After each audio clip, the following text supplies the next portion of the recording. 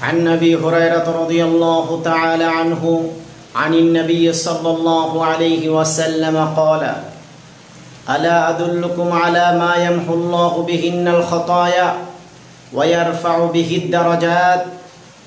قالوا: بلى يا رسول الله صلى الله عليه وسلم। হযরত আবু হুরায়রা রাদিয়াল্লাহু তাআলা আনহু ইরশাদ করেছেন, তিনি বলেন, আল্লাহর হাবিব নবীজি মুহাম্মদুর রাসূলুল্লাহ বলেছেন, আমি কি তোমাদেরকে এমন একটি আমলের কথা বলবো যেই আমলের মাধ্যমে তোমাদের গুনাহগুলো আল্লাহ রাব্বুল আলামিন মাফ করে দিবেন আর তোমাদের মর্যাদাকে আল্লাহ সুবহানাহু ওয়া তাআলা সমুন্নত করে দিবেন। সাহাবায়ে কেরাম আরজ করলেন, ইয়া রাসূলুল্লাহ, ইয়া হাবিবাল্লাহ, অবশ্যই আপনি আমাদেরকে বলে দেন সেই আমলগুলো কি। আল্লাহর রাসূল সাল্লাল্লাহু আলাইহি ওয়াসাল্লাম বললেন, ইসবাগুল উযুই আলাল মাকারিহে, তোমরা তোমাদের ওযুর জায়গাগুলো নির্দিষ্ট সীমা থেকে আরো বাড়িয়ে বাড়িয়ে ধৌত করবা।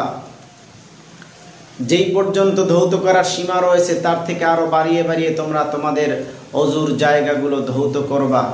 তারপরে বলা হয়েছে, তারপরে কোন আমলটি? আল্লাহর রাসূল সাল্লাল্লাহু আলাইহি ওয়াসাল্লাম বললেন যে তোমরা ওযুর জায়গাগুলো ভালোভাবে ধৌত করার পরে অবশ্যই তোমরা কি করবা?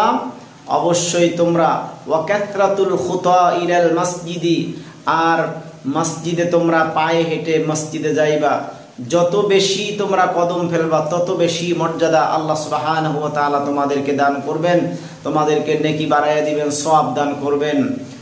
আল্লাহর রাসূল সাল্লাল্লাহু আলাইহি ওয়াসাল্লাম তারপরে বললেন, ওয়া ইনতিজারুস সালাতি বাদাস সালাহ, এক নামাজ আদায় করার পরে অন্য নামাজের জন্য অপেক্ষা করা।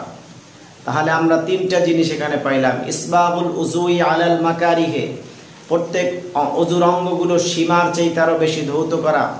2 নম্বরে ওয়াকাসরাতুল খুতা ইলাল মসজিদি, পায়ে হেঁটে মসজিদে গমন করা।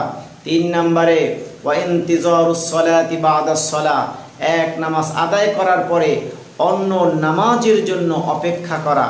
এই 3টি আমল, ফাযালিকুমুর রিবাত, এগুলোই হচ্ছে তোমার আখিরাতের প্রস্তুতি এবং সুন্দর আমল।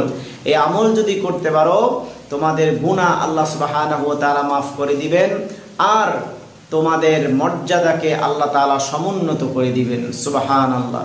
আল্লাহ আমাদের সকলকে আমল করার তৌফিক দান করুক, আমিন।